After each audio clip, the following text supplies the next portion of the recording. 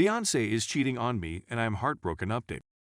I found out over the weekend that my fiancé is very probably, almost 100% certain, cheating on me, and I have never felt more betrayed in my life. Totally saddened and disillusioned, to put it mildly. A condensed rendition of a lengthy story. She told me that she was going to a performance with a friend who had obtained an extra ticket and had asked her if she would like it if she did. I was overjoyed for her and encouraged her to take advantage of the opportunity. Bro, isn't that? A friend texted me later that night, referring to the previous night's events. Another patron at the same performance saw my fiancée and her female friend with two guys and alerted me to the situation. In one of the photographs, of which he provided 3, the guy has his arms around my fiancée, who is standing in the middle of the crowd. In another, they are kissing. Not even a friendly kiss from a colleague. It is clear that Liplock is completely absorbed in the issue. When I first saw them, I was on the verge of throwing up. It's obviously her since she's wearing the same clothing as she did in the previous photo. One of them was a fairly great close-up of her profile, and I recognized one of her pals from the other one. I'm not acquainted with the person in question. I didn't know what to do since I was in such a condition of shock and illness.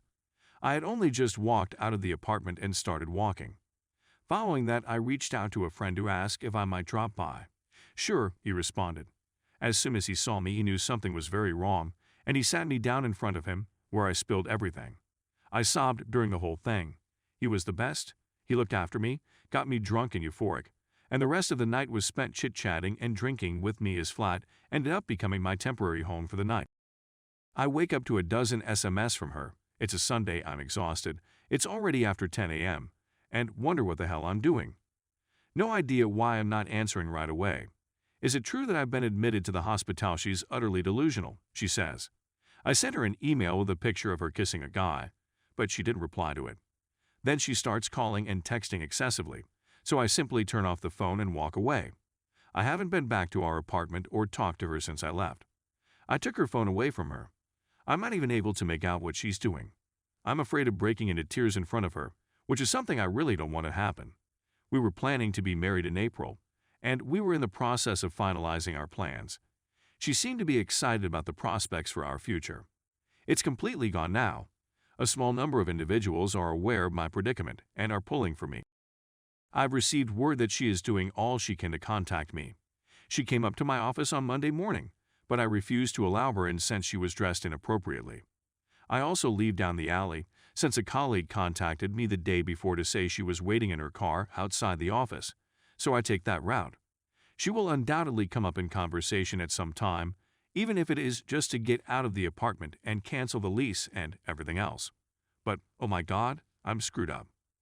Thank you for providing this forum for me to vent my issues, which was annoying since I didn't want to cry over the phone or in front of her.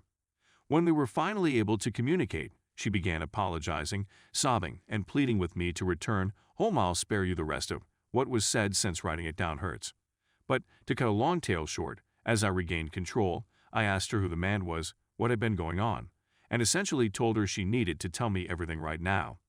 So she informed me that her friend, with whom she went to the performance, and her boyfriend, with whom the friend went to the show, had introduced them when they were all out for drinks and supper in June. I was visiting family. It was a setup, she maintained. The man simply happened to be in the same place at the same time. He acquired her number from a buddy, she alleged, and began messaging her. Update.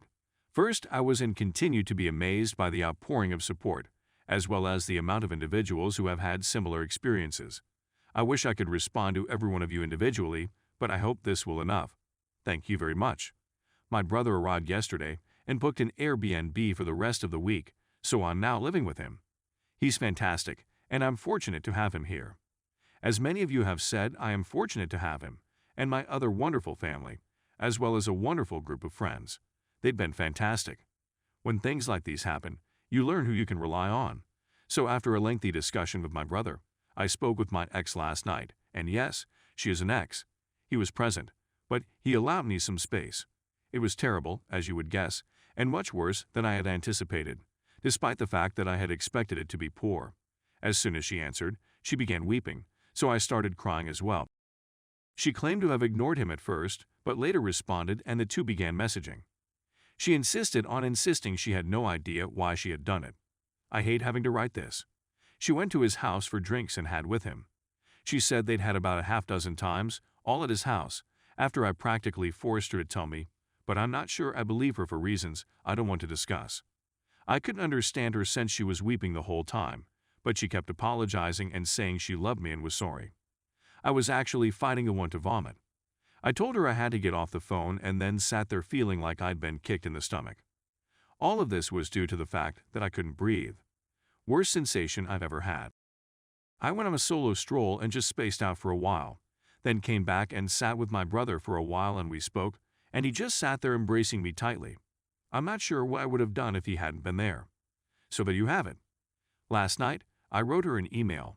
I told her I'd be getting my things on Saturday with my brother and best buddy. I told her not to come. I informed her that I had previously spoken with the leasing firm. I'm getting out of my lease at the end of October, so I told her she could remain until then. Rent is already paid and I will get deposit back too, which is awesome. I told her to take care of any wedding details. I don't care if we put a deposit down on a reception place that we'll most likely lose. I told her I didn't want anything we had together, and she could keep everything. I informed her I didn't want to see or speak to her anymore. She responded this morning, but I haven't read it yet, and I don't intend to do so today. So that's where we are now. Thank you again to everyone who has been so helpful. It means a great deal to me. Story 2. Wife cheated. She is sad because she loved her affair partner.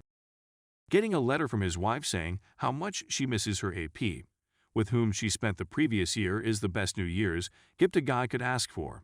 When EA returned home to spend time with her family without me, she handed in her PA card. Initially, it started in August or September 2020, when her friend confided in her that she was experiencing marital difficulties. So his goal was to put our marriage in risk as well, and I must say that he was successful in his mission. Our relationship, as well as his, is in jeopardy. She states that they have such a strong emotional connection that she is unsure when their friendship changed into an EA. How about the moment you decided to play his therapist? The AP wife called me on September 26th of this year to inform me that our spouses were cheating on us and that they were having weekly calls. There was one video taken in our room while I was sleeping and another video taken in a dressing room when we had gone shopping, and she was trying on clothes. Apparently the AP enjoys making these risky/voyeuristic videos, and my wife was more than delighted to provide him with the necessary materials. After seeing a few of the films, I questioned her about it, which destroyed a lot of my favorite clothes of hers. You can guess what happened after that. She first denied everything, but when I gave her the evidence, she admitted everything. I threatened to leave, but she begged me to stay, and after much deliberation, I decided to give our marriage one more opportunity before ending it. Due to the fact that we have an 8-year-old daughter who is the apple of our eyes, we've made the decision to try once more to save our marriage. I just requested one thing of my wife, that she be completely honest with me. I was determined to find out the truth, no matter how horrifying or unpleasant it would be. That tactic, NGL, came back to bite me in the rear today. She was depressed today, so I probed as to why, and she by our agreement by giving me the truth. She was missing her advanced placement apt class. It was yet another stab in the back of the neck, but hey, I asked for it. And now I'm here, ringing in the new year with a Reddit post to commemorate the occasion. Even after something as traumatic as this, there must be some couples who have been able to reconcile.